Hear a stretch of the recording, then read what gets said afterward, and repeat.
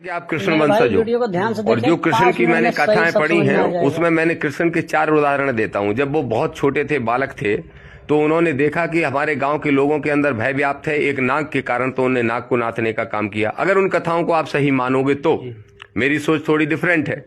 तो अब उन्होंने उस नाग को नाथा इसलिए ताकि उस गांव के लोगों के अंदर से भय खत्म हो जाए। फिर गाय चराते वक्त उनको पता चला कि अगर इंद्र को नहीं पूजा तो प्रकोप हो जाएगा, पानी गिरा देगा, तो नहीं गिराने दो। वहां भी वो भय खत्म करने के लिए आगे बढ़े और उन्होंने वो गोवर्धन पर्वत उठाया। अगर उन कथाओं को सही माने तो ठीक है, ये मैं कंडीशनल बोल रहा हूं। अब उसके बाद जब वो पर्वत उठाया तो उसमें ना जाति देखी गई, ना धर्म देखी गई, ना वर्ग देखा गया, इवन जानवरों ने तक संरक्षण लिया उन कथाओं के अनुसार। तो वहां भी उन्होंने इंद्र का घमंड तोड़ते हुए भय को खत्म करने का काम किया। उसके बाद आंदोलन का मुद्दा आता है, जब उनके ही मामा ने, जो राजा हुआ करते थे कंस, जब उन्होंने दूध दही पे ज्यादा टैक्स लगा दिया तो उन्हें विरोध किया और जाके कंस से लड़ाई लड़के उनका वध करने का काम किया उन कथाओं के अनुसार।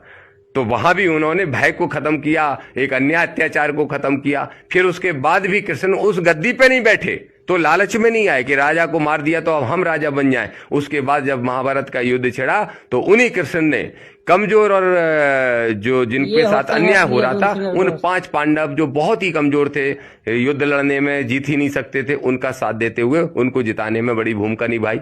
तो मैं तो कहूंगा कि अगर यादव का सही मतलब जानते हो, अगर कृष्ण को सही मानते हो, जो असली भारतवासी होगा, जो यादव कहता है अपने आप को और कृष्ण को अपना आदर्श मानता है, तो उससे मैं एक ही बात कहूंगा कि संविधानवादी बनो तो कृष्णवादी बन पाओगे।